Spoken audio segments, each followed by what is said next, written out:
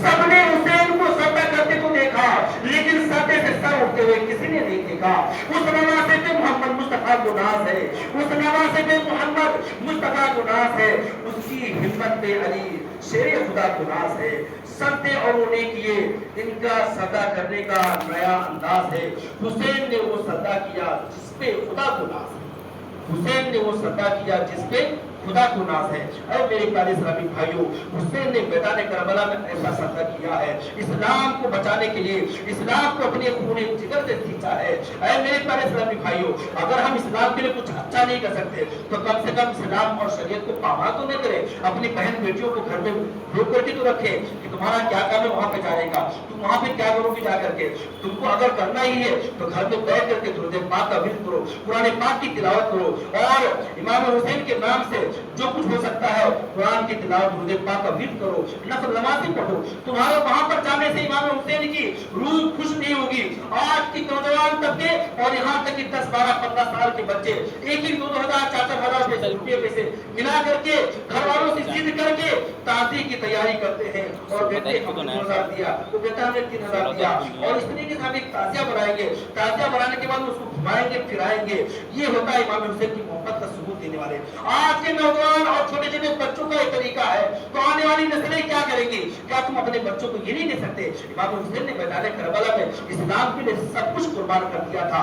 نماز کسی بھی حالت نہیں چھوڑی تھی. تم بھی محرم کا چاند نظر آتے ہی وعدہ کر لو اور ارادہ کر لو کہ آج کے بعد ایک بھی نماز نہیں چھوڑیں گے, تو تم سچے امام حسین کے ماننے والے ہوں گے. یہ تمام خرافات کرنے سے اچھا ہے کہ تم سچے دل سے نمازی بن جاؤ, قرآن کی تلاوت کرنے والے بن جاؤ, درود پاک کا ورد کرنے والے بن جاؤ. روزانہ کیوں نہیں آدھا گھنٹہ 1 گھنٹہ پورے گھر والے بیٹھ کر کے درود پاک کا ورد کرو, اور پھر امام حسین اور تمام شہدائے کربلا کے نام سے احسان ثواب کر دو. آدھا گھنٹہ بیٹھ کر, اگر نہیں ہو سکتا ہے تو مدرسے لگتے ہیں, بچے پڑھنے آتے ہیں, وہاں پہ قرآن خوانی کے لیے تمہیں تبرکات پیش کر کے وہاں پر حصہ لے کر کے تم اچھے کاموں میں حصہ لو. تمہیں اچھے کام کرو گے پوری دنیا یاد کرے گی, برے کام کرو گے تو برائی کا کوئی یاد کرنے والا نہیں. یزید کا نام مٹ گیا, یزید کا پورا خاندان مٹ گیا, اس کے جتنے بچے تھے سب ایک پاگل ہو گیا, دوسرا تباہ و برباد ہو گیا, تیسرا بھی ختم ہو گیا. غازی کی یزید کا نام و نشان مٹ گیا. حسین کی نسل امام زین العابدین سے کمی کو نہیں تھی, اور آج بھی پوری دنیا میں حسینی اور نبی کے خاندان کے تمام سید گھرانے کے آج بھی پوری نسل آباد ہے. جو امام زین العابدین کی بیماری میں حکمت تھی میدان کربلا میں, انہی سے نسل سیدوں کا چلنا تھا. آج پوری دنیا میں نبی کے گھرانے والے, پوری دنیا میں سید گھرانے والے آج موجود ہیں. لوگ ان سے فیضیاب ہو رہے ہیں, لوگ ان کے گھر سے بھیک مانگ کر کے اور ان کی زیارت کر کے لوگ اپنے بگڑے ہوئے کاموں کو بنا رہے ہیں. کہنے کا مقصد یہ ہے میرے پیارے اسلامی بھائیوں, محرم آنے والا ہے, چاند نظر آنے والی ہے. خرافات کے تمام چیزوں سے بچو. لنگر کرنا, اور بار بار میں عرض کرتا ہوں لنگر کرنا کوئی گناہ کا کام نہیں, لیکن یہ سب بعد میں, سب بعد میں ہے. لنگر کرنا, درود پاک کا ورد کرنا, ساری چیزیں شربت کا کرنا, اہتمام کرنا, ساری چیزیں بعد میں. سب سے پہلے ہے شریعت اور بعد میں ہے تربیت. شریعت کا حکم پہلے ہوگا.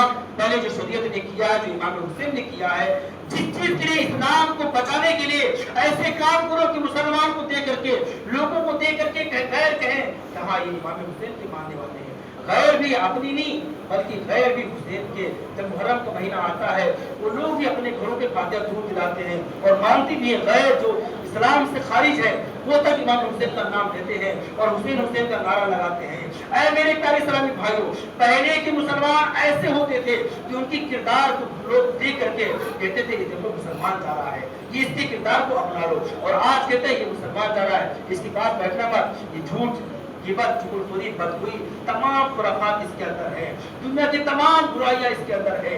یہ ہمیشہ تمہارے لیے برا سوچے گا, اچھا سوچے گا نہیں. اس کے ہر وقت ذہن میں فطور آئے گا, یہ بڑھ کیوں رہا ہے, یہ اچھا کیوں کر رہا ہے, یہ آگے کیوں بڑھ رہا ہے. طرح طرح کے جلن حسد کو لے کر کے دن رات اسی میں مسلمان گھٹ گھٹ کے جی رہا ہے.